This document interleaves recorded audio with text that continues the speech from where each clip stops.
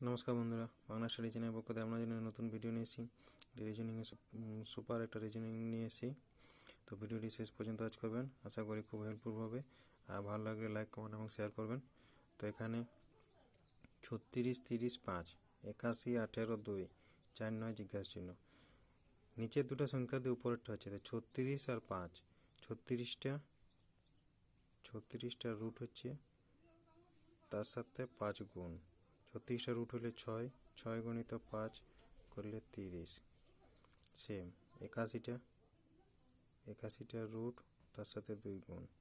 81টা root হচ্ছে 9, 9 গুণিত 2 সমান 18। তাহলে এখানে কত আছে? 4, 4টা রুট হবে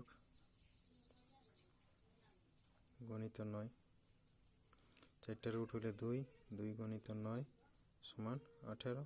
জিজ্ঞাসা চিহ্ন করে আমার 18 অ্যান্সার হবে।